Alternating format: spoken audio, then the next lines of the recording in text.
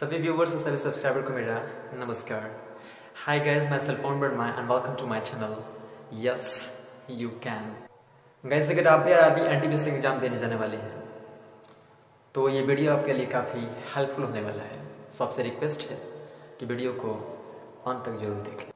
Guys, YouTube पे बहुत सारे चैनल हैं जो आरआरबी एनटीपीसी का एग्ज़ाम जो डेली चल रहा है उसका एनालिसिस दिखाते हैं कि आज कैसा पेपर, आज कैसा क्वेश्चन पूछा गया और क्वेश्चन का लेवल क्या रहा और किन किन टॉपिक से क्वेश्चन पूछे जा रहे हैं।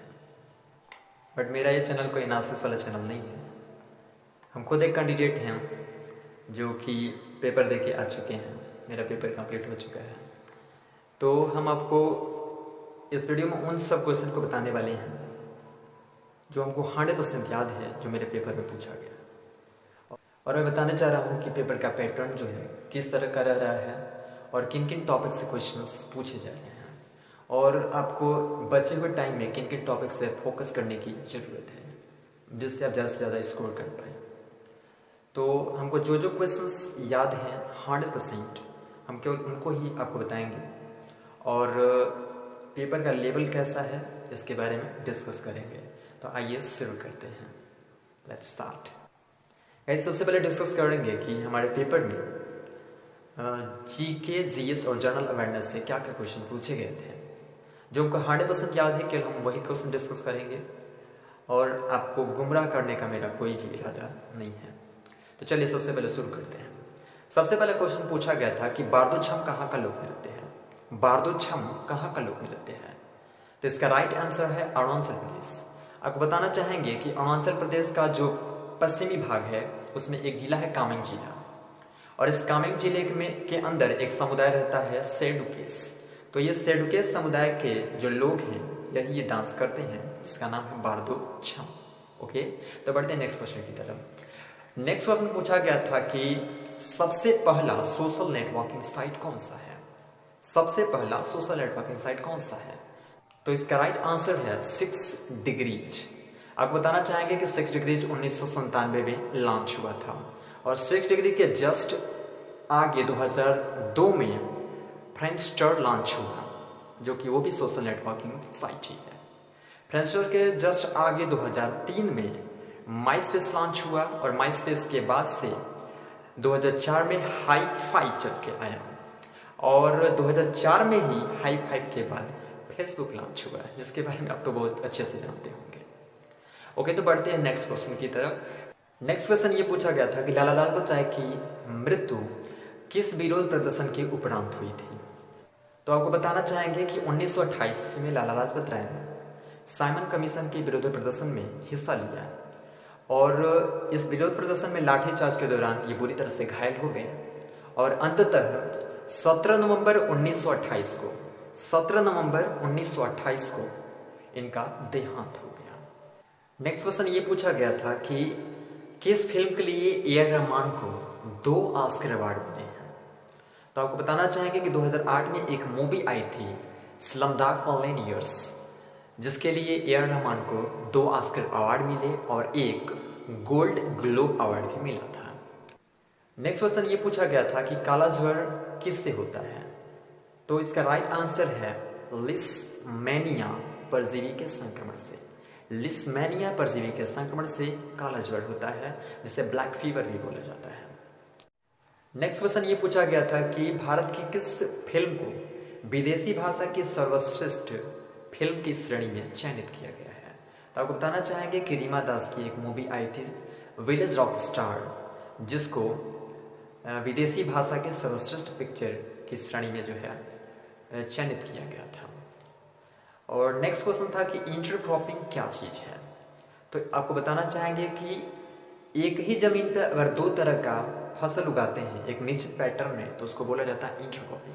इसका राइट आंसर होगा कि एक ही जमीन पर यानी कि एक ही भूमि पर 2 तरह की फसलों की खेती एक निश्चित पैटर्न में करना इंटरक्रॉपिंग कहलाता है। ओके, अच्छा, बहुत लोगों को इंटरक्रॉपिंग और मिक्स क्रॉपिंग में डिफरेंस समझने में थोड़ा सा दिक्कत होता है। तो हम ये डिफरेंस कुछ पिक्चर के माध्यम से हम आपको समझाना चाहते हैं। देखिए, ये है मिक्स क्रॉपिंग। मतलब मिक्स क्रॉपिंग में होता क्या है कि 2-3 फसलों को बिना किसी निश्चित पैटर्न के, मतलब यहाँ प्याज बो दिए, यहाँ गेहूँ बो दिए, यहाँ मटर बो दिए, यहाँ लौकी बो दिए, यहाँ करौली बो दिए।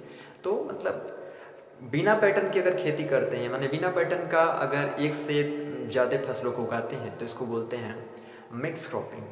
और इंटरक्रॉपिंग क्या चीज़ होता है कि एक निश्चित पैटर्न में, जैसे कि आप फिगर में देख सकते हैं, इंटरक्रॉपिंग में क्या होता है कि एक निश्चित पैटर्न में दो या दो से अधिक फसलों को उगाया जाता है। मतलब एक लाइन में जैसे कि ऐसे मक्का उगाया जाएगा, उसी मक्के के दो लाइनों के बीच में, जैसे मक्के का दो लाइन बना है, मक्के के दो लाइनों के बीच में अरहर लगा सकते हैं या कोई अन्य जो है फसल आप उगा सकते हैं।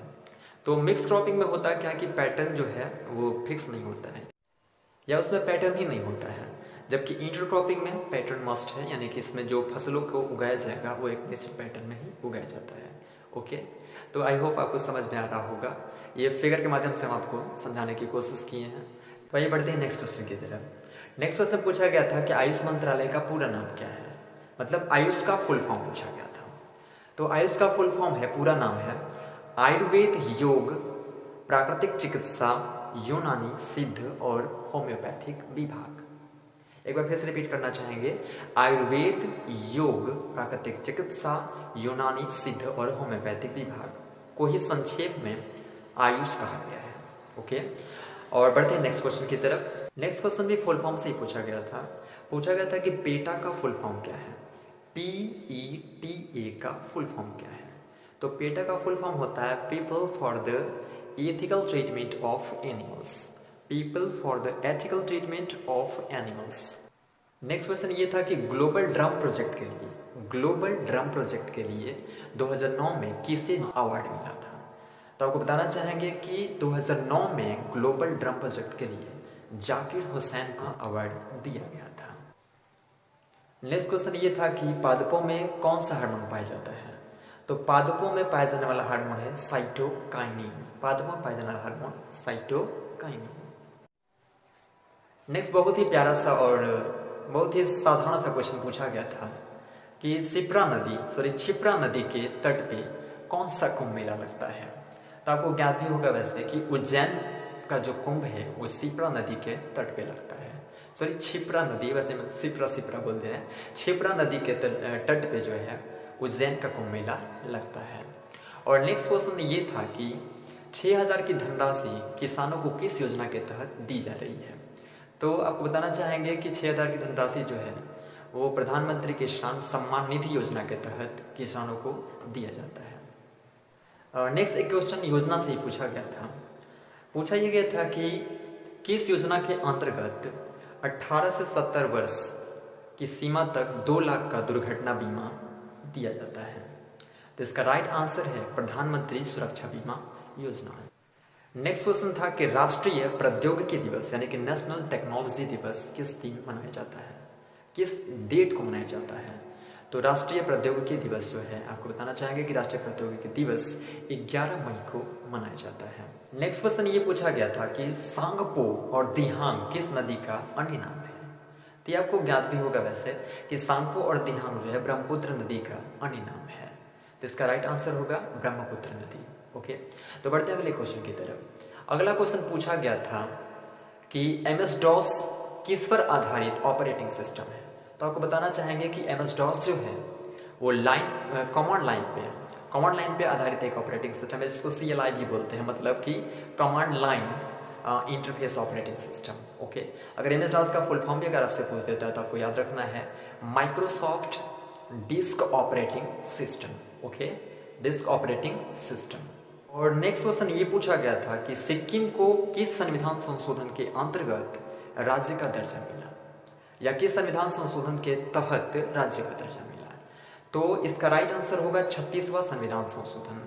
36वें संविधान संशोधन के तहत सिक्किम को राज्य का दर्जा मिला था। तो गाइस GK, GS और करंट जनरल अवेयरनेस में हमको इतना क्वेश्चन जो है 100% एकदम याद था, जिसको हमने आपको बताया और बताया कि कैसे कैसे क्वेश्चन पूछे गए थे। मैथ और रीजनिंग हम क्वेश्चन डिस्कस नहीं करेंगे। मैथ में आपको टॉपिक बताते हैं। मैथ में जो है working time, percentage, profit and loss, simplification और नंबर सिस्टम से LCM, SCF ऐसा सब क्वेश्चन पूछ रहा है, और बहुत ही नॉर्मल पूछ रहा है, बहुत ही नॉर्मल बेसिक सा क्वेश्चन। और अगर रीजनिंग की बात करें तो रीजनिंग से ब्लड रिलेशन, डायरेक्शन, सीरीज और फाइंडिंग मिसिंग वन, जो कि पजल टाइप होता है, ब्रैकेट सा ऐसे रहता है, उसमें से कुछ नंबर मिसिंग होते हैं तो उनको चूज करना रहता है, सॉरी ढूंढना रहता है। वेन डायग्राम से भी क्वेश्चन था वैसे। अच्छा, एक मैथ में भी बताना चाहेंगे कि मैथ में भी जो है बार ग्राफ से क्वेश्चन लास्ट में जरूर रह रहा है। तो गाइज इस वीडियो में आज के लिए इतना ही, फिर से मिलते हैं नेक्स्ट वीडियो में, तब तक के लिए bye bye and best of luck. एकदम मन से पढ़िए और जितना टाइम उसका अच्छे से यूटिलाइज करिए। Okay and thanks for watching.